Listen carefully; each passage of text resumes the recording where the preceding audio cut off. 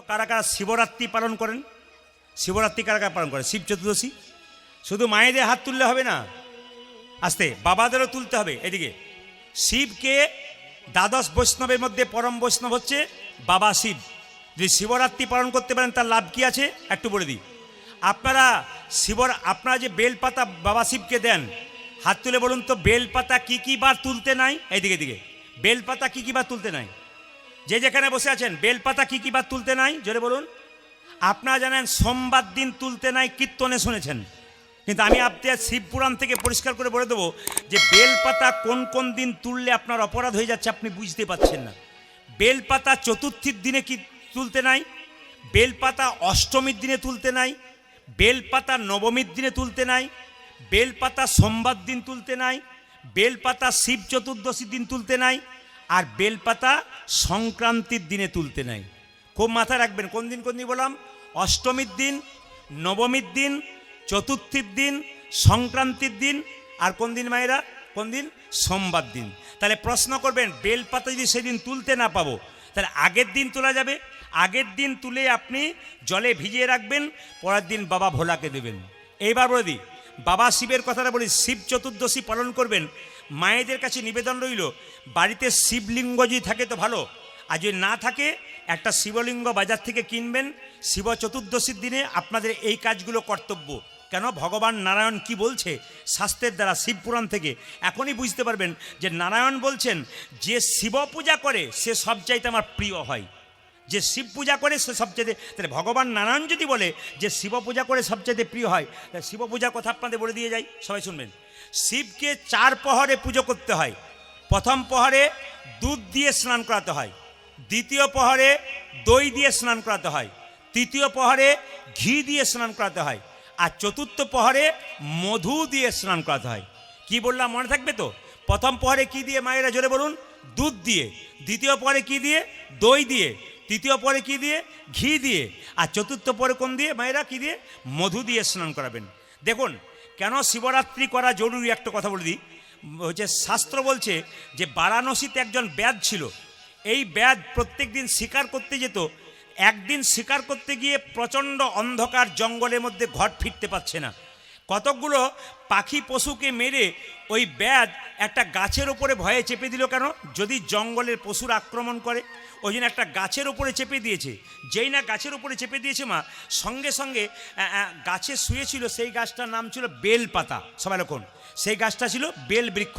ও গাছে শুয়েছিল, হঠাৎ শিশির ভেজানো একটা পাতা ওই ব্যাধের হাতে লেগে নিচে একটা শিবলিঙ্গ ছিল বেল গাছের নিচে, ওই শিবলিঙ্গের মাথাতেই পড়েছে।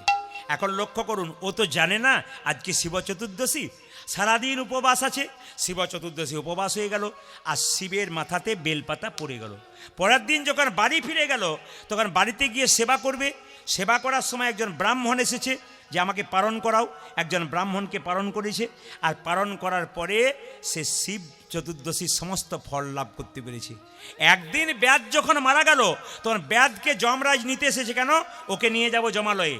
আর সঙ্গে সঙ্গে শিবলোকের লোকেরা এসেছে, কি বলছে, না না ওকে শিবলোকে নিয়ে যাব। বলে কেন? ও তো যমরাজরা বলছে ও এক কাজ করবে, ও তো প্রত্যেকদিন পশু শিকার করেছে, ও কত পশু মেরেছে, ওকে জমালয়ে নিয়ে যাব।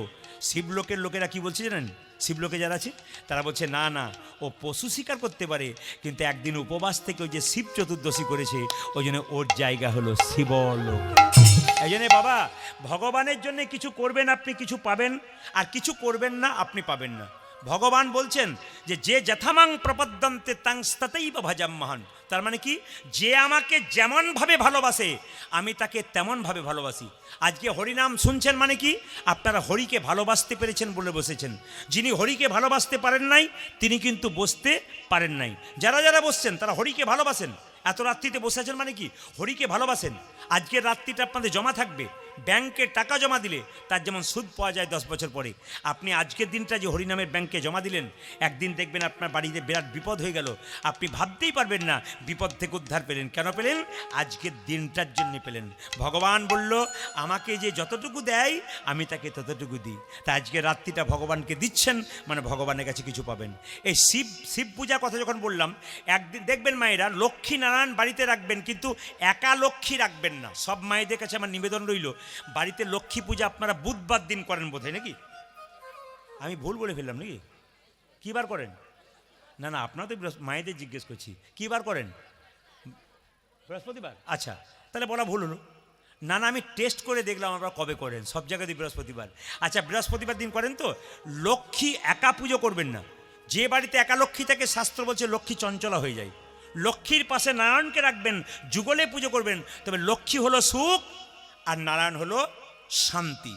একদিন লক্ষ্মী দেবী নারায়ণকে বলছে, স্বামী, আমি কি সত্যিই তোমার প্রিয় হতে পেরেছি? মানে সত্যি কি আমি তোমাকে ভালোবাসতে পেরেছি, আমার তোমার প্রিয় হতে পেরেছি?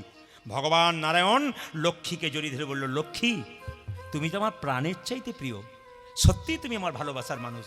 সঙ্গে সঙ্গে লক্ষ্মীকে নারায়ণ বলল, তুমি আমার প্রিয়, কিন্তু একটা ভালো কথা জেনে রাখো, এ জগতে যে শিব পূজা করতে পারে সে কিন্তু আমার সব চাইতে প্রিয় হয়।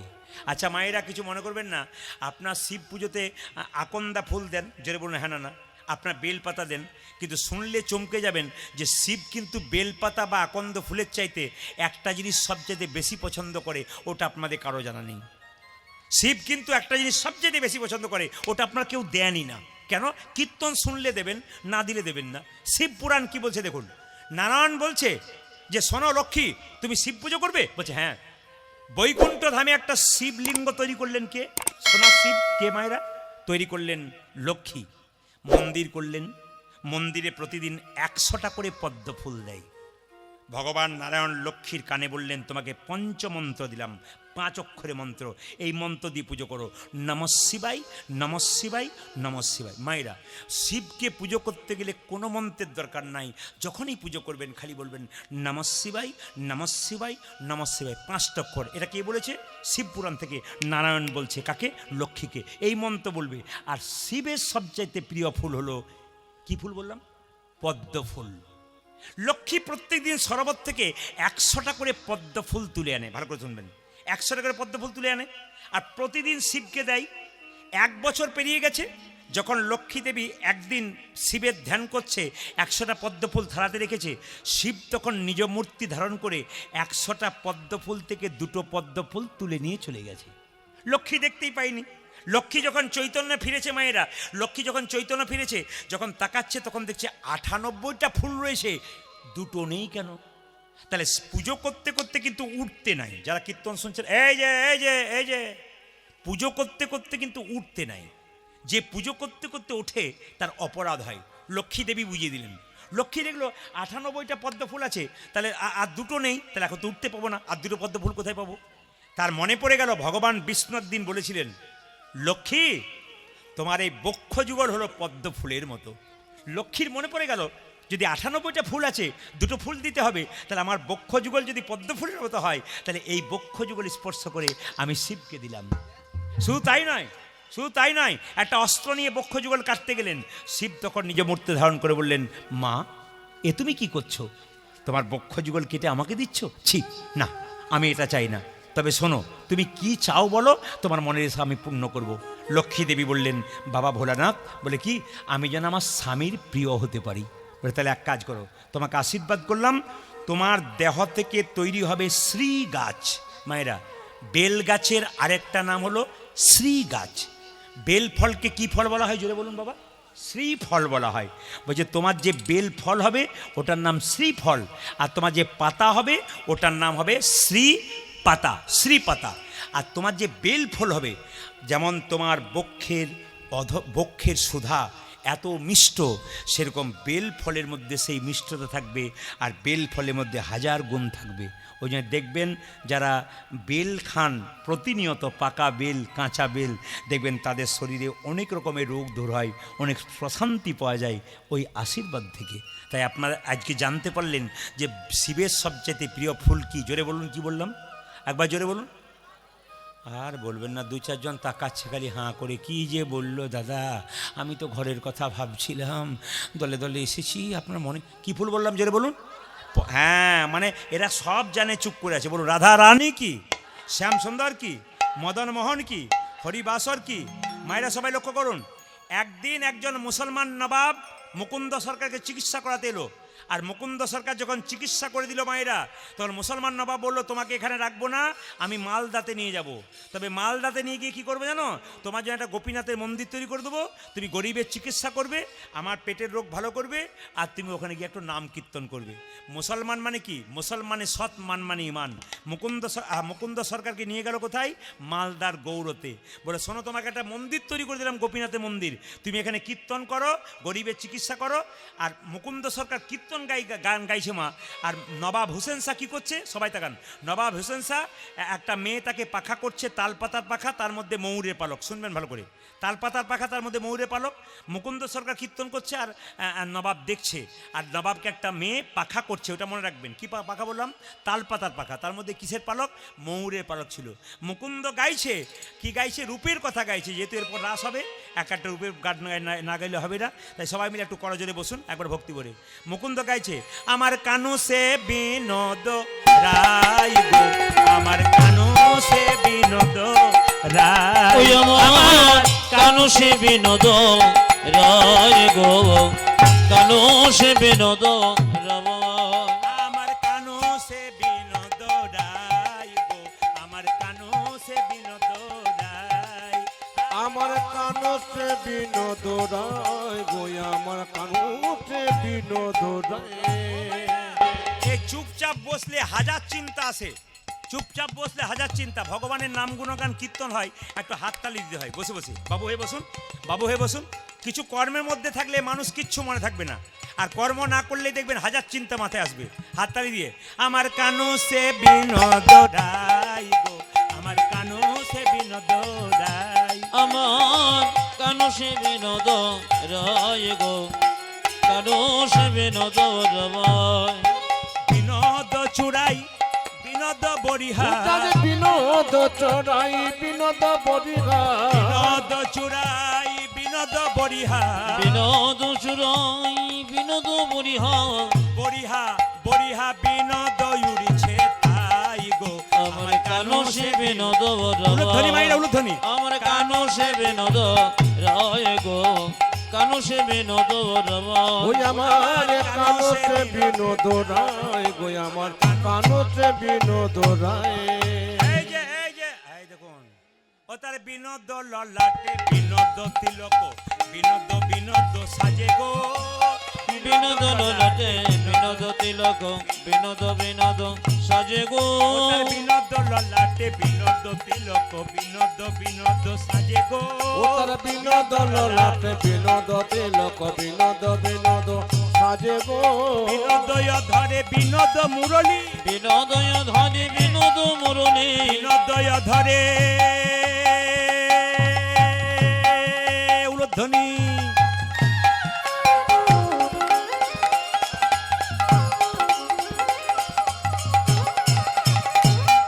ও যে বিনোদয় ধরে বিনোদ মুরলী, বিনোদয় ধরে বিনোদ মুরলী, বিনোদয় ধরে বিনোদ মুরলী, বিনোদ বিনোদ বাজে গো, আমার বিনোদ বিনোদ বাজে, আমার কানু সে বিনোদ রায় গো, আমার কানু সে বিনোদ ও রায়, যা যে কানসে বিনোদ রায়, কানসে বিনোদ রায়। আচ্ছা বাবা, জোরে বলুন, রাধা রানী কি, শ্যাম সুন্দর কি। আচ্ছা, একটা কথা আপনাদের বলে যায়, যারা কীর্তন শুনতে এসছেন জেনে নিতে পারবেন। যদি পুজো পাঠ করবেন, যে কোনো দান করবেন, যজ্ঞ করবেন, তখন মাথায় রাখতে হবে, তিলক যদি কপালে না নেন, গোটা পুজোটাই বেকার। যে যেখানে বসে আছেন আবার মন দিয়ে শুনে নেবেন। কিছু জিনিস না জেনে করছেন বলে আপনাদের অপরাধ হচ্ছে, কিছু জিনিস না জেনে করছেন বলে ভুল হচ্ছে। শাস্ত্র পরিষ্কার করে বলছে, আপনি যখন ঘরে গোবিন্দের পুজো করবেন, লক্ষ্মী পুজো করবেন, একটা তিলক কিন্তু আপনাকে নিতে হবে। আপনি কাউকে দান করছেন, একটা তিলক নিতে হবে। আপনি সকালবেলায় দরজা খুলছেন, বাড়ির দরজাটা যে প্রথম খুলবে, হরে কৃষ্ণ নাম করে খুলবে, কেন যমরাজ যেন প্রবেশ করতে না পারে। যেখানে কৃষ্ণ ভগবানের নাম আছে, সেখানে কিন্তু যমরাজ আসতে পারে না।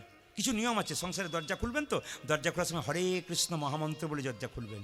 কোনো ভিখারি আপনার বাড়িতে ভিক্ষা করতে এসছে, মা 4টি ভিক্ষা দাও তো, আপনি চাল দিলেন, টাকা দিলেন, কিন্তু মাথায় রাখতে হবে আপনাকে হরে কৃষ্ণ বলে দিতে হবে, কিংবা জয় রাধে বলে দিতে হবে, কিংবা জয় নিতাই বলে দিতে হবে। কেন, ওই ভিক্ষাটা নিয়ে গিয়ে কেউ যদি মদ খায়, কেউ যদি উল্টো পথে খরচ করে, আপনার কি দরকার? আপনি দিয়ে দিলেন ভগবানের নামে, ও কি করবে সেটা ওর ব্যাপার, পাপে ভোগ করবে ও, আপনি কিন্তু পুণ্য করলেন। কেন, ভগবানকে স্মরণ করে ভগবানের নাম করে দিলেন। এই জন্য বলি, তিলক কিন্তু দরকার আছে। কিন্তু সবচেয়ে লজ্জার ব্যাপার কি জানেন, আমাদের পাড়াতে একটা মেয়ে 25 বছর বয়স, ও তিলক করে। তো পাশের বাড়ি মেয়েগুলো বরাবরই করে, বাবারে দিদি হারাধনের বইয়ে কি ঢং দিদি, ও তিলক করেছে, মালা পড়েছে।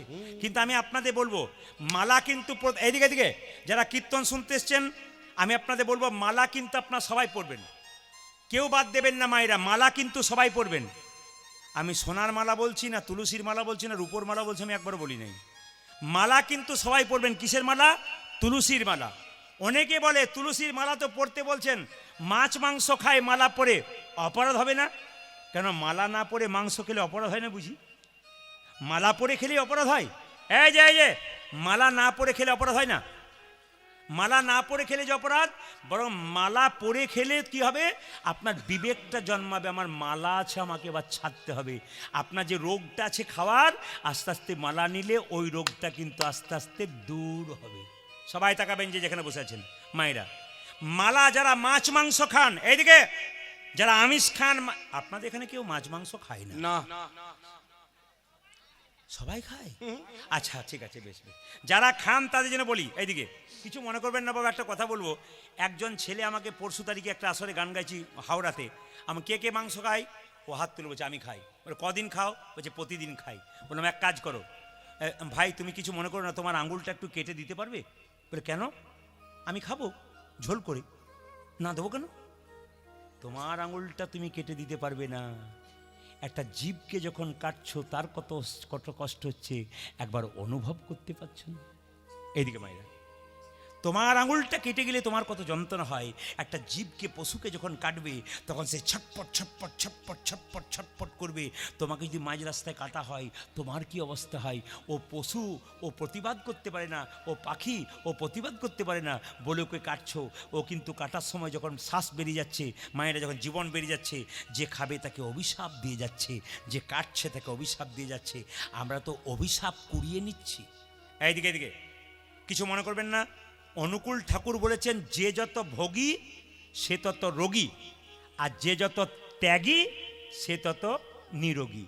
এই জগতে যে এইদিকে এইদিকে এইদিকে এই জগতে যে যত বেশি খায় সে তত তাড়াতাড়ি যায়। ভাগবত কি বললো তাকান, নিজের নিজের হাতটা মাপবেন, যদি এরকম খেতে পারেন তাহলে দাম আছে, আর নালে নিতাই গৌর হরি বলেছে। ভাগবত কি বলেছে তাকিয়ে দেখে নিন। আপনি যখন খাবেন না, আপনার এই হাতটা জঠর, মানে পেটটার যে সাইজ, সবসময় নিজে নিজে যে যত বড় হাত তত বড় কিন্তু জঠরের সাইজ। তো এই হাত অনুযায়ী যতটা খাবার জুটছে, খাবার ধরছে, ততটাই খাবেন।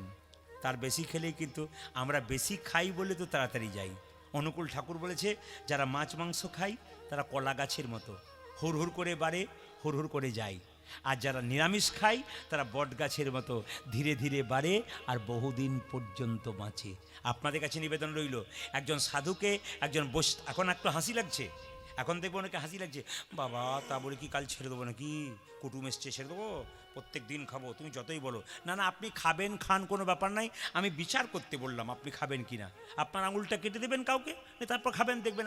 আপনাদের বারণ করছি না, কিন্তু আপনারা ধীরে ধীরে ছাড়বেন, চেষ্টা করবেন যতটা ছাড়তে পারেন, আপনাদের জীবন সুন্দর হবে বলে বলে গেলাম। এবার আপনারা করবেন কি না করবেন আপনাদের বিচার রইল। এইদিকে মাইরা ছিল একজন মাস্টারমশাই, তার ছেলেকে নিয়ে গেছে, বাচ্চা ছেলেকে নিয়ে। ছেলে জিজ্ঞেস করছে, বাবা ওটা কি? কালী। কালীর নিচে যে পড়ে আছে ওটাকে? বলে শিব। আচ্ছা বাবা, ওই কালী ঠাকুরের শিবের সঙ্গে কি সম্পর্ক? বলে অত জানতে হবে না, চল এখান থেকে। মানে বাবাও বোঝে না, ছেলেকেও বুঝতে দিল না যে ছেলেকে, আমরা ছেলেদেরকে কিচ্ছু শেখা দিতে পারবো না, শুধু এই শিক্ষা দিলাম, পড়াশোনা করো, চাকরি করো, বাড়িতে বসে যাও, টিভি দেখো, খাও দাও, মজ করো, তারপর যা হবে আর কি। না না, সবই করবে, উচ্চশিক্ষায় শিক্ষিত হবে, ধর্মজ্ঞানটা দিয়ে যান। এটা আমার বারবার নিবেদন রইল, ছেলে মেয়েকে ধর্মজ্ঞানটা দিয়ে যান। এই জন্য বারবার বলবো, তেসাং সতত যুক্তনাং ভজতাং প্রীতিপূর্বকং দদামি বুদ্ধি যোগং তং নমামি মামো পর্যন্তিতে। সংস্কৃত কথা অনেকে বুঝতে পারেন না, সহজ করে বোঝাবো, সবাই শুনবেন। এইদিকে তেসাং সতত যুক্তনাং, ভগবান কি বলল? কাজ করতে করতে যে কোনো সময় আমার নামের সঙ্গে যুক্ত থাকো। রান্না করবে আমার নাম করবে, ঝাঁট দেবে আমার নাম করবে, রাস্তা দিয়ে চলবে আমার নাম করবে, তেসাং সতত যুক্ত নাং, সব সময় আমার নামের সঙ্গে যুক্ত থাকবে। ভজতাং প্রীতিপূর্বকং, আমাকে ভালোবাসার সঙ্গে ভজনা করবে। দদামি বুদ্ধি যোগং, আমি তোমাকে বুদ্ধি দান করব। তং নমামি মামু পর্যন্তিতে, আমাকে না পাওয়ার পর্যন্ত যত রকমের বুদ্ধি আমি তোমাকে সব দান করব। তাই মহাপ্রভু এলেন মায়েরা, শ্রী গৌরাঙ্গ প্রেমের ঠাকুর, প্রেম বেলাতে এলো নদী। উলধ্বনি আজি শ্রী গৌরাঙ্গ প্রেমের ঠাকুর, প্রেমে বিলাতে এলো নদী। শ্রী গৌরাঙ্গ প্রেমের ঠাকুর, প্রেম বেলাতে এলো নদী। শ্রী গৌরাঙ্গ প্রেমের ঠাকুর, প্রেম বিলাতে এলো নদিয়া। রাধা প্রেমে গড়া তনু, কেবল রাধা প্রেমে গোরা তনু, রাধা প্রেমে গড়া তনু, আজ রাধা প্রেমে গড়া তনু, অন্তরে যার শ্যামরাই রাই। কেবল রাধা প্রেমে গোরা তনু, অন্তরে যে রাধা প্রেমে গড়া তনু, অন্তরে যার শ্যামরাই রাই। রাধা প্রেমে গড়া তনু, অন্তরে যান মোরাই। শ্রী গৌরাঙ্গ প্রেমের ঠাকুর, প্রেম বিলাতে এলো নিতাই। গৌর হরি বল। শ্রী গৌরাঙ্গ প্রেমের ঠাকুর, প্রেমে বিলাতে এলো নদী। শ্রী গৌরাঙ্গ প্রেমের ঠাকুর, প্রেম বিলাতে এলো নদী। শ্রী গৌরাঙ্গ প্রেমের ঠাকুর, প্রেম বিলাতে এলো নদী। এখন কীর্তন শুনতে শুনতে, এইদিকে কীর্তন শুনতে শুনতে কারো মন যদি ঘরে থাকে আর কীর্তনের আসরে দেহ থাকে, তার কোনো লাভ নাই। আবার মাইকে যদি কেউ কীর্তন শোনে, তার দেহটা যদি বাড়িতে থাকে আর মনটা যদি এখানে থাকে, তার লাভ বেশি। একটু প্রমাণ দিয়ে দিই আপনাদের, একটু মন দিয়ে শুনবেন। আপনাদের এখানে নয়, একটা গ্রামে কীর্তন হচ্ছে, সেই গ্রামে দুই বন্ধু ছিল, একজনের নাম রাম, একজনের নাম শ্যাম। শুনবেন ভালো করে। ওরা সারাদিন কাজ করতো, কিন্তু সন্ধ্যাবেলা একটু জল খাওয়ার অভ্যাস ছিল। জল মানে কিছু বুঝেছেন? ওই জল নয়, ওদের জল খাওয়ার অভ্যাস মানে একটু চাই। তো রাম আর শ্যাম কীর্তন হচ্ছে, দুজনে মিলে। আপনাদের এখানে কেউ মাতাল নাই না, এখানে কেউ খায় না। না। আপনাদের হাসিতেই বুঝতে পারছি পার্টি আছে না, কি বলছেন? না না, আপনাদের এখানে যে পার্টি আছে তার প্রমাণ একটু দিয়ে দিই, কিছু মনে করবেন না। আমি যখন ঠিক ওই হিরণময়পুর মোড়টা ঢুকবো, ওই ব্যাগটা রয়েছে আর ওখানে গাড়িটা এরা দাঁড় করিয়েছে কাউকে জিজ্ঞেস করবার জন্য, তখন একজন ব্যক্তি আমাকে দেখে বলছে, আপনি প্রদীপ বাবু না? আমি তখনই বুঝতে পারছি পার্টি আছে। আমাকে দেখে কি বলে দেখুন, আমাকে দেখে বলছে, আপনার কীর্তন তো আমার স্ত্রী সব সময় দেখে। আমার সকাল থেকে তুমি কিছু খাও নাই? বলছে না, প্রতিদিন আমার চাই। ঠিক আছে, তো উনি বলছেন আপনি একটি কবিতা বলুন। বললাম আমি তো কীর্তন করি, কবিতা কি করে বলবো? না, বলতেই হবে আপনাকে। আমার না না, আপনি বলুন, শুনেনি। উনি বলছেন বলবো, তবে 2 লাইন বলি। 2 লাইন বলেছে মায়েরা, কবিতা শুনলে চমকে যাবেন। আপনাদের এলাকায় যে খায় তার কবিতারও মজা আছে। বলে কিরকম? ও বলছে, প্রদীপ বাবু 1 লাইন বলি। বলে বলো। আপেলে পোকা, দুধে জল, বিড়িতে শক্তি, আর মদে বল। বাবা রে, কি পার্টি আছে আপনাদের! হ্যাঁ, আপেলে পোকা, দুধে জল, আর বিড়িতে শক্তি, মদে বল। আমাকে বলছে আমি তো জেডি খাই, আমাকে 1 লাইন বলুন। বললাম তুমি কীর্তন শুনতে যাবে, তোমাকে বলবো। আসলে কিছু মনে করবেন না, আমি কিন্তু একবার চোখ দিয়ে দেখে নিয়েছি, ও কিন্তু এসে দাঁড়িয়ে আছে। ও এসে থেকে খালি আমাকে এমনি এমনি করছে। আমি তখন থেকে বুঝতে পারছি এর কবিতাটা না বললে যাবে না আর কি। এই পার্টি আমি যদি তাকিয়ে দিই তাহলে আপনারা সবাই তাকিয়ে ফেলবেন। ওই জন্য আমি দেখে নিয়ে বুঝেছি ওর জন্য একটু না বললে অসুবিধা আছে। ও কিন্তু এখনো খেয়ে এসেছে, আর যার সামনে দাঁড়িয়ে আছে তিনি বুঝতে পারছেন, উনি তো মাঝে মাঝে এমনি এমনি করছেন, আমি বুঝতে পারছি। তো সবাই তাকান, ওনার জন্য বলি। উনি বলেছিলেন একটা লাইন কবিতা বলবে, বলে দিই। উনি থাকুক আর যাক, বলে দিই। উনি বলেছিলেন আমি জেডি খাই, তো বললাম খাবে জেডি, ফুলবে বডি, শ্মশান তোমার জন্য রেডি। এইবার উনি বুঝে নিয়েছেন, যে খাই সেও বুঝে নেবে। জল বলুন রাধে রাধে, আরো জোরে বলুন রাধে রাধে, আরো জোর সে বলনা পড়েগা, আরো জোর সে বলনা পড়েগা। তো সবাই লক্ষ্য করুন, রাম আর শ্যাম দুজনে প্রত্যেক দিন কাজ করার পর মদের ভাটিতে যায়, কীর্তন হচ্ছে। রাম বলছে ভাই শ্যাম প্রতিদিন খাই, আজকে হরিনাম শুনবো। মায়েরা এদিকে তাকান, শ্যামকে বসিয়ে রেখেছে, কীর্তনে রাম বসেছে।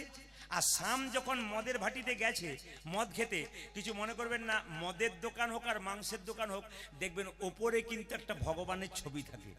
তো মদের দোকানে ভাটিতে একটা কৃষ্ণের ছবি আছে, শ্যাম মদের বোতলটা নিয়েছে আর ভাবছে আমি কত হতভাগা, আজকে রাম কীর্তন শুনছে আর আমি মদ খাবো। মদ খাইনি কিন্তু বোতলটা হাতে আছে। কিন্তু মায়েরা ওই কৃষ্ণের ছবিটার দিকে তাকিয়ে আছে, তুমি কি সুন্দর দেখতে গো, তোমার হাতে বাঁশি, মাথায় চূড়া, পায়ে নুপুর, আহ তোমার গুণগান হচ্ছে, রাম শুনছে, আমি কত হতভাগা, আমি শুনতে পেলাম না। তাহলে ওর মনটা আছে এইখানে, শরীরটা আছে মদের ভাটিতে। এদিকে রাম বসে আছে হরিনামে, এ কিন্তু খালি এদিক ওদিক করছে কেন? ও ভাবছে এতক্ষণ স্বামীর বোধহয় 2 বোতল হয়ে গেল। তাহলে এর দেহটা এখানে কিন্তু মনটা ওখানে। মায়েরা এক রাত্রিতে দুজনেই মারা গেল। আর যেই না মারা গেল, যমরাজ বলল যে শ্যাম মদের ভাটিতে গেছে ওকে স্বর্গে নিয়ে যাও, আর যে রাম কীর্তন শুনছিল ওকে নরকে নিয়ে যাও। কীর্তন শুনবেন আর যে কীর্তন শুনছিল তাকে বলছে নরকে নিয়ে যাও, আর যে মদের ভাটিতে ছিল তাকে বলছে আমি কি করবে না, তাকে ওই স্বর্গে নিয়ে যাও। কেন বলুন তো? ও মদের ভাটিতে ছিল, মনটা গোবিন্দের চরণে দিয়েছিল, আর যে হরিনামে ছিল মনটা মদের ভাটিতে ছিল। ওই জন্য বারবার বললো, শাস্ত্র বললো মন মনা মদ ভক্ত মদ যাজিবাং নমস্কুরু। তার মানে কি, তুমি হরিনামে এসে টাকা পয়সা দাও আর না দাও, তোমার মনটা যেন গোবিন্দের চরণে একবার দাও। তাই সবাই যদি মনটা দিতে চান, আপনাদের একটা সুন্দর কথা বলে যাই, চেত দর্পণ মার্জনং ভব মহাদেবাগ্নি নির্বাপনং শ্রেয়ঃ কৈরব চন্দ্রিকা বিদ্যা বোধু জীবনং আনন্দ বুদ্ধি বর্ধনং প্রতিপাদং পুণ্যমৃত সাধনম সর্বাত্ম সপনং পরম বিজয়তে শ্রীকৃষ্ণ সংকীর্তনম। এত বড় ব্যাখ্যা করা যায় না, শুধু একটু বলে দিই মায়েরা, চেত দর্পণ মার্জনং তার মানে কি, বাজার থেকে যে আয়নাটা কিনেছেন ওতে আপনার আমার মুখ দেখতে পাবেন, কিন্তু এইখানকার একটা আয়না আছে প্রত্যেকের কাছে, এটা পরিষ্কার করলে আপনার আমার মুখ দেখা যাবে না, ভগবান শ্রীকৃষ্ণের মুখ দেখা যাবে। বাজার থেকে যে আয়নাটা কিনেছেন ওটা ময়লা হয়ে গেলে কস্টিক সোডা দিয়ে ঘষে দেবেন আর জল দিয়ে পরিষ্কার করে দেবেন, বাইরের আয়না পরিষ্কার হবে। মায়েরা ভেতরে যে প্রত্যেকটা চেতনার আয়না আছে, এই আয়নাটাকে পরিষ্কার করতে গেলে হরিনাম নামক জল, হরিনাম নামক কস্টিক সোডা আর নয়নের জল দিয়ে পরিষ্কার করে নিতে হবে। আনন্দ বুদ্ধি বর্ধনং প্রতিপাদং পুণ্যমৃত সাধনম, মানে কি মায়েরা, আনন্দ পাবেন। এই জগতে এই মদ খায়, মদ খেতে খেতে লাংস, কিডনি, লিভার নষ্ট হয়ে যায়, আনন্দ পেতে পেতে নরকের দিকে চলে যায়। কিন্তু মায়েরা হরিনাম এমন একটা আনন্দ, প্রথমে আনন্দ লাগে না, আনন্দ পেতে পেতে পেতে পেতে একদিন পরমানন্দ গোবিন্দের চরণ লাভ হয়ে যায়। তাই আনন্দময়ের কাছে এসছেন সবাই মিলে। গৌরচন্দ্রিকা শেষ করবার আগে আপনার সবাই করজোরে বসুন, মাথায় কাপড়টা নিন, আমরা চেতনা এটা পরিষ্কার করবো। স্বয়ং ভগবানের মন্দির সামনে আছে, সবাই মিলে একসঙ্গে প্রার্থনা গানটা গাইবেন। একবার বাবু হয়ে বসে সবাই নিজের জায়গায় একবার ভক্তি করে, দাদা ভাইরা যারা আছেন, মায়েরা যারা আছেন, এই রাত্রিবেলায় ভগবানের কাছে একটু প্রার্থনা করুন যেন আমাদের ভেতরে ময়লাটা পরিষ্কার হয়ে যায়। একসঙ্গে তুমি নির্মল করো করো, সবার কাছে নিবেদন রইল, ভগবানের মন্দিরে বেশি প্রার্থনা করতে হয়, ভগবানের কৃপা পাওয়া যায়। তাই সবাই একবারে কোনো দিকে না তাকিয়ে, যদি বলতে পারেন গানটা তো ভালো, যদি বলতে না পারেন তাহলে মনে মনে ভগবানকে স্মরণ করুন যে প্রভু আমি বাংলার অর্থগুলো বুঝিয়ে দেবো, আপনার কীর্তনটা শুনবেন। তুমি নির্মল করো করো মঙ্গল করে করে, মলিন মরিম মোছায়ে। তুমি নির্মল করো মঙ্গল করে, মলিন মরিম মোছায়ে। তুমি কালকে সোনাখালী বাজারে ছিলাম, যখন গানগুলো গাইছিলাম তখন ভক্তরা সব একবার চুপচাপ বসে ভগবানের দিকে তাকিয়ে আছে, আর এক মনে এক চিন্তে কি সুন্দর একসঙ্গে গাইছে। আপনি যদি গাইতে না পারেন দুঃখ নেই, কিন্তু শুধু এইখানে বসে সংসারের কথা নয়, আজকে গোবিন্দের কথা শুনবেন আর চুপচাপ ভগবানের কাছে বলুন, প্রভু আমার হৃদয়ে যত ময়লা আছে সব ময়লা পরিষ্কার করো। সবাই মিলে তুমি নির্মল করো, মঙ্গল করো, মলিন মরিম মোছায়ে। ও তুমি নির্মল করো, মঙ্গল করে, মলিন মরিম মুছায়ে। তুমি নির্মল করো, মঙ্গল করে, মলিন মরিম মোছায়ে। তুমি নির্মল করো করো, মঙ্গল করে, মলিন মরিম মুছায়ে। পূর্ণ কিরণে লয়ে যাকে মোর মহাকালিমা ঘোচায়ে। দেখো মলিন মরিম মুছায়ে। উলধ্বনি নির্মল করো, মঙ্গল করে, মলিন মরিম মুছায়ে। তুমি নির্মল করো, মঙ্গল করে, মলিন মরিম এইদিকে মুছায়ে। এইদিকে গান শুনলে হবে না, শুধু গান শুনলে হবে না, তুমি নির্মল করো, মঙ্গল করে। হে প্রভু, তোমার হাত দুটো মঙ্গলময় হাত, তোমার ওই মঙ্গলময় হাত দিয়ে আমার ভেতরে ময়লা প্রবেশ করো, পরিষ্কার করো। ভক্ত যখন এই গানটা গাইছে, ভগবান শুনছে, শেষে বলছে, হ্যাঁ রে নিশ্চয়ই তুই বিপদে পড়েছিস। এইদিকে বিপদে না পড়লে কেউ ভগবানকে ডাকে? জোরে বলুন বাবা। যতদিন শরীরে ক্ষমতা থাকে কেউ ভগবানকে ডাকতে চায় না। দেখবেন বাড়িতে যতক্ষণ জল থাকে মায়েরা চাপা কলে জল আনতে যান, জোরে বলুন হ্যাঁ না। যখন জল শেষ হয় তখন চাপা কলে যায়। দেখবেন শরীরে যখন রক্তের গরম থাকে, অহংকার থাকে, প্রতাপ থাকে, কেউ গোবিন্দকে ভজন করতে চায় না। যখনই শেষ হয়ে যায় তখন গোবিন্দের কাছে যাই। ভগবান বলছে নিশ্চয়ই বিপদে পড়েছিস? বলছে হ্যাঁ প্রভু বিপদে পড়েছি। কি বিপদ? লক্ষ শূন্য লক্ষ বাসনা ছুটিছে গভীর আঁধারে, জানি না কখন ডুবে যাবে কোন অকুল গরল পাথারে। তুমি লক্ষ শূন্য লক্ষ বাসনা ছুটিছে গভীর আঁধারে, জানি না কখন ডুবে যাবে কোন অকুল গরল সবাই পাথারে। তাকাবেন। কথার কি মানে দেখুন, রজনীকান্ত সেনের লেখা, লক্ষ শূন্য লক্ষ বাসনা। আমি বলে দিই, ধরুন আপনারা হিরণ্ময়পুর থেকে বাঁশিরাম বাজার যাচ্ছেন, এইদিকে মাঝ রাস্তায় একটা শিবের মন্দির দেখতে পেলেন। ধরুন মায়েরা মন্দির দেখলেন, আপনারা মন্দির দেখলেন, আর মন্দিরে ঢুকে প্রণাম করে কি বললেন? ঠাকুর মেয়ের বিয়েটা দিয়ে দাও, ছেলের চাকরিটা দাও, আমার একটা গাড়ি করে দাও, একটা বাড়ি করে দাও। লক্ষ লক্ষ বাসনা দাও দাও দাও, কিন্তু মন্দির ফেটে যে বাবার মাথায় জল পড়ছে এই দিকে লক্ষ্য নাই। যে মালিকের অধীনে আপনি চাকরি করবেন, মালিক কি শুধু আপনার কথা ভাববে? আপনি কি মালিকের কথা ভাববেন না? তাই যার অধীনে আপনারা আছেন আপনি কি তার কথা ভাববেন না, শুধু কি তিনি আপনার কথা ভাববেন? এই জন্য বারবার বলবো, কি সুন্দর বলছে দেখুন, যে লক্ষ্য শূন্য, তোমার প্রতি লক্ষ্য নাই। মন্দিরে এসে তোমার মন্দিরে জল পড়ছে না, মন্দিরে রং হয় নাই, এইদিকে তাকাচ্ছি না, তোমার কাছে লক্ষ লক্ষ বাসনা। লক্ষ্য আর লক্ষ্য বানানে তফাৎ। লক্ষ শূন্য লক্ষ বাসনা ছুটিছে গভীর আঁধারে, জানি না কখন ডুবে যাবে কোন অকুল গরল পাথারে। আজ লক্ষ শূন্য লক্ষ বাসনা ছুটিছে গভীর আঁধারে, বাবা জানি না কখন ডুবে যাবে কোন অকুল গরল পাথারে। তুমি বিশ্ব বিপদ হন্তা, প্রভু দ্বারা রুধিয়া পন্থা। তুমি বিশ্ব বিপদ গ্রন্থ, প্রভু দ্বারা রুধিব পন্থ। শ্রী চরণ তলে লইয়ে এসো মোর মর্ত বাসনা ঘোচায়ে। মলিন উলধ্বনি মায়েরা, উলধ্বনি। মুছায়ে। ও তুমি নির্মল সবাই মিলে ভক্তি ভরে। মলিন মরিম মুছায়ে। তুমি নির্মল করো, মঙ্গল করে, মলিন মরিম মুছায়ে। ভগবান বলছে তুই আসতে, ভগবান বলছে তুই যে আমাকে বাবা বললি, সত্যি তুমি বিশ্বপিতা, সকলের বাবা। কেমন বাবা বলে দিই, আরেকবার বলে দিই। এখান থেকে আপনি যাচ্ছেন বাসিরাম বাজার, মায়েরা যাচ্ছেন, হঠাৎ দেখতে পেলেন কারো একটা ছেলে জলের মধ্যে পড়ে গেল পুকুরে। আপনি কি বলবেন? আরে কার ছেলে, কার ছেলে, কার ছেলে জলে পড়ে গেল গো? সেই ছেলে যদি অন্য কারো না হয় আপনার হয়, বলুন দাদারা, যদি আপনার ছেলে হয় আপনি কি করবেন? কাউকে ডাকবেন? নিজেই তো জলে ঝাঁপিয়ে পড়বেন, কেন? তো আমার ছেলে। ভগবান আমাদের পিতা, আমরা তার সন্তান। হে প্রভু, অন্ধকার মায়ার সাগরে আমার করে ডুবে মরেছি, তুমি কিন্তু উদ্ধার করো। ভগবান বলছে তাহলে তুই যদি আমাকে বাবা বললি, তুই জানিস আমি কোথায় থাকি?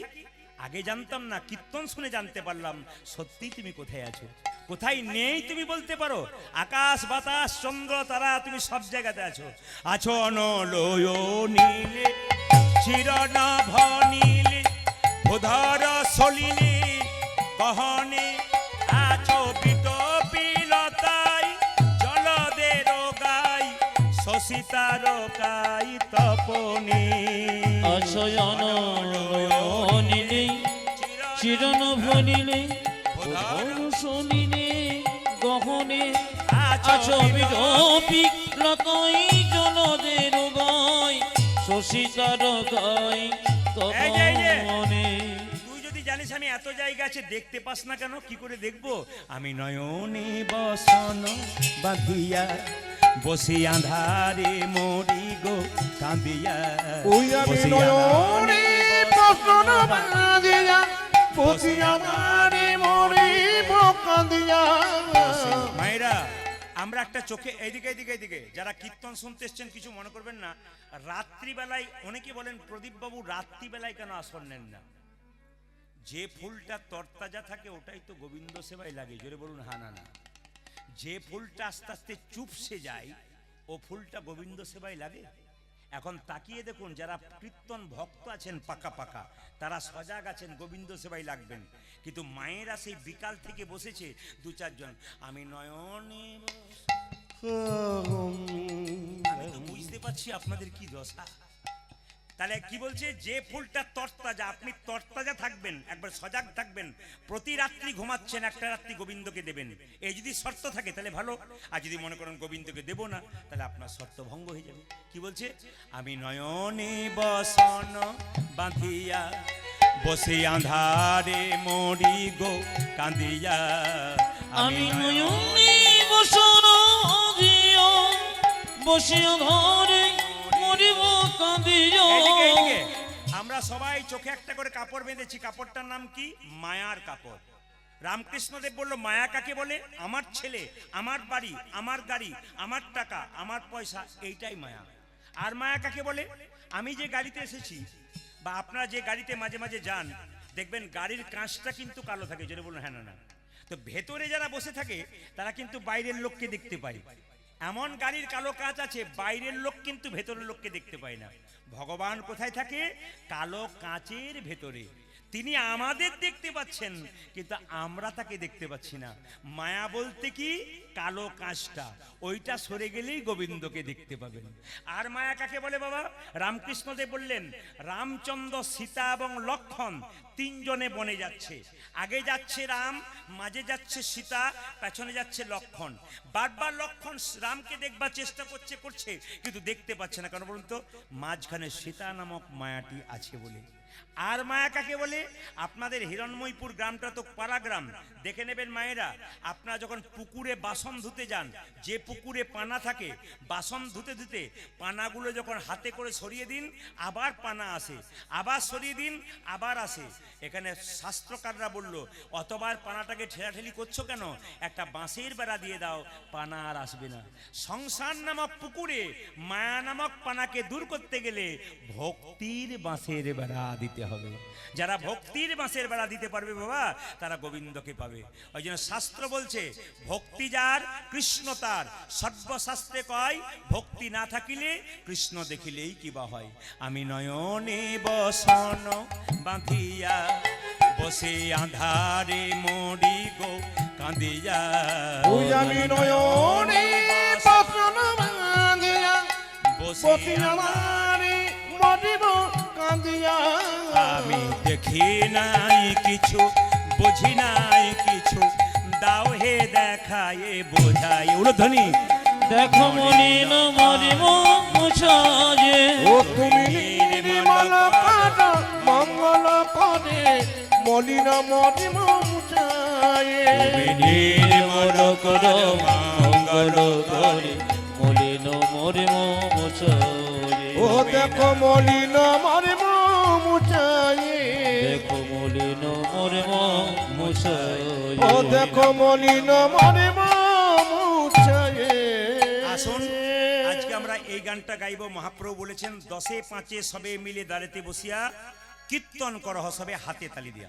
এই যে চৈতন্য চরিতামৃত যদি পড়েন তাহলে মহাপ্রভু পরিষ্কার করে বলেছেন 10-5 সবে মিলে দাঁড়াতে বসিয়া কীর্তন করহ সবে হাতে তালি দিয়া। একটু হাতে তালি দিয়ে কীর্তন করা যাবে? দেখি আপনার হাতগুলো তুলুন তো, সবাই মিলে তুলুন একসঙ্গে একবার প্রেম সে। এটা মহাপ্রভু বলেছেন, আমার কথা নয়। যাদের হাত আছে তারা তুলবেন, যাদের নাই তারা তুলবার দরকার নেই, ভক্তি করে তুলবেন বাবা। মহাপ্রভু বলেছেন 10-5 সবে মিলে দাঁড়াতে বসিয়া কীর্তন করহ সবে হাতে তালি দেয়। একসঙ্গে হরি হরয়ে নম কৃষ্ণ, একসঙ্গে হরি হরয়ে নম কৃষ্ণ যাদবায় নম হরি হরি হরে নম কৃষ্ণ যাদবায় নম হরয়ে নম কৃষ্ণ যাদবায় নম হরি হরয়ে নম কৃষ্ণ যাদবায় নম ও যে যাদবাই মাধবাই কেশবাই নম অজে যাদবায় মাধবায় কৃষ্ণায় নম ও যে যাদবাই মাধবাই কেশবাই নম। উদাজি যাদবায় মাধবায় কেশবায় নম। দেখুন, ধর্ম আপনা আপনা। একজন মা কীর্তন করছেন তালি দিয়ে, ওনার বাচ্চাকেও তালি দেওয়া করাচ্ছেন, শেখাতে হয় না। আবার দেখুন 3 বন্ধু কীর্তন শুনছে, তার মধ্যে 2 বন্ধু দিব্যি তালি দিচ্ছে আর 1 বন্ধু দিব্যি হাত গুটিয়ে বসে আছে। তার মানে কি, একজন দেখাচ্ছে যে করো কিন্তু আরেকজন করছে না কেন? এগুলো কি বলুন তো, গৌর গোবিন্দের কৃপা। পূর্বজন্মে যাদের ভালো কর্ম ছিল তারা হাত তালি দিয়ে কীর্তন করবেন, আর যাদের কর্ম ছিল না তারা কিন্তু আম পাকতে এসছে। মানে কিরকম পাকা বলে দিই, মালদা জেলায় আমাদের প্রচুর গান হয়, যদি কোনদিন মালদা যান প্রচুর আম হয় ওখানে।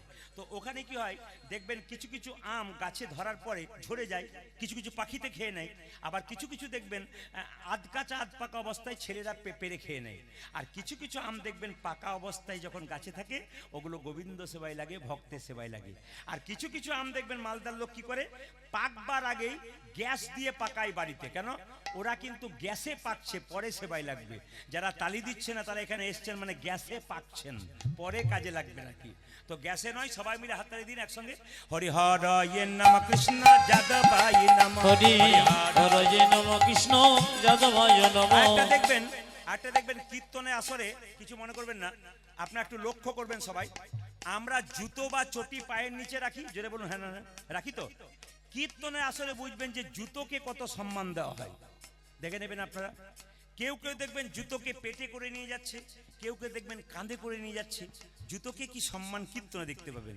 হাত তুলুন।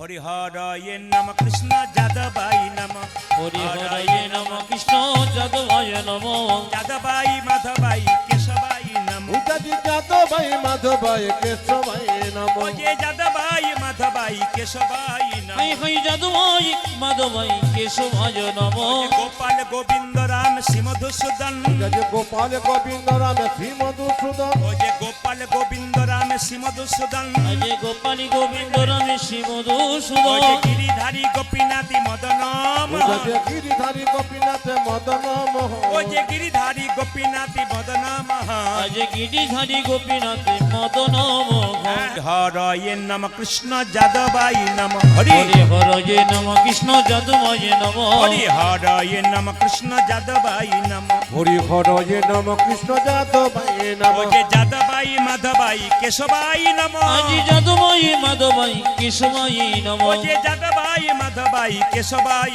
নম যাদবায় মাধবায় কেশবায় নম। ও যে গোপাল গোবিন্দ রাম শ্রীমধুসূদন আজি গোপালী গোবিন্দ রামে শ্রী মধুসূদন গোপাল গোবিন্দ রাম শ্রীমধুসূদন উদাজি গোপাল গোবিন্দ রাম শ্রী মধুসূদন। ও যে গিরিধারী গোপীনাথী মদন আজি গিরিধারী গোপীনাথ মদন ও মোহন যে গিরিধারী গোপীনাথী মদন উদাজি গিরিধারী গোপীনাথ মদন মোহন। এদেরটা বন্ধ করলাম, আপনাদেরটা নেব বলে। দেখি এত রাত্রিতে আপনারা কি সুন্দর গাইতে পারেন। যদি গাইতে পারেন গৌর গোবিন্দে কি পাবেন। সবাই গাইতে পারবেন তো? একসঙ্গে বলুন, একসঙ্গে মায়েরা খুব জোরে জোরে বলবেন। বলুন হরে কৃষ্ণ, জোরে হরে কৃষ্ণ বা কৃষ্ণ কৃষ্ণ জোরে হরে রাম। বাহ, দাদা জোরে বলুন। এই ছেলেটা হারিয়ে গেছে। একটা খবর আছে, একবার দাঁড়াও বাবু, তুমি ওখানে। এই যে ছেলে পেয়েছেন, মা পেয়েছেন? আচ্ছা একবার দাঁড়িয়ে দেখান তো। এইটুকু জায়গাতে এই বাচ্চাটা হারিয়েছে। বাচ্চাটা কিন্তু হারায় নাই, বাচ্চার মা হারিয়ে গেছে। এখন মডেলটা দেখে নেন, মডেলটা। কীর্তন শুনতে শুনতে কে আছে? বাচ্চার মা কে আছে? আপনি আছেন? ও মা কিন্তু একটা পেয়েছে ও, কিন্তু আসল মাটা কই? এই রে, এখন আবার খুব গন্ডগোলের যুগ আছে, কি করতে এসে কোন দিকে হাওয়া বইবে কেউ জানে না। এ কীর্তন শোনার নাম করে যদি নিতাই গৌর হরিবোল হয়ে যায়, এ এক কঠিন ব্যাপার। আছেন কি মা? আছেন? এই সন্তানের মা আছেন? এখনো মা নাই? তাহলে বড় গন্ডগোলই ব্যাপার আছে। সকালে খবর হয়ে যাবে বোধহয়, যেরকম রাধা রানী কি, শ্যামসুন্দর কি। আচ্ছা মা পেয়ে যাবে, মা পেয়ে যাবে। হাত তুলুন, নিয়ে চলে যাবো। 100 হাত তুলুন তো। না না, যদি মা পাই আমার দায়িত্ব রইল, আমি নিয়ে যাবো। হ্যাঁ। আমার ছেলের দরকার শোনে। হাত তুলুন একসঙ্গে, বলুন মায়েরা হরে কৃষ্ণ। জোরে হরে কৃষ্ণ কৃষ্ণ কৃষ্ণ। জোরে হরে রাম। জোরে বাবারা বলবেন আরেকবার, হরে কৃষ্ণ। জোরে, একটু জোরে, জোরে হরে রাম। বা বেশ, একবার জোরে বলুন হরে কৃষ্ণ। শেষবার হরে কৃষ্ণ। বা জোরে হরে রাম। জোরে বাহ, দান দান দান। আগে কি আপনাদের কীর্তনের দলটা ছিল নাকি? দারুণ গাইছেন কিন্তু। এবারে এলাকায় এলে না, এদের আনমন আমি আপনাদের দিয়ে চালিয়ে নেবো। বাজাও হরে কৃষ্ণ হরে কৃষ্ণ কৃষ্ণ কৃষ্ণ হরে হরে হরে রাম হরে রাম রাম রাম হরে হরে। উলধ্বনি। হরে হরে কৃষ্ণ কৃষ্ণ কৃষ্ণ হরে হরে হরে রাম রাম রাম হরে হরে। হরে কৃষ্ণ কৃষ্ণ কৃষ্ণ হরে হরে হরে রাম রাম রাম হরে হরে। হরে কৃষ্ণ কৃষ্ণ কৃষ্ণ হরে হরে হরে রাম রাম রাম হরে হরে। হরে কৃষ্ণ কৃষ্ণ কৃষ্ণ হরে হরে হরে রাম রাম রাম হরে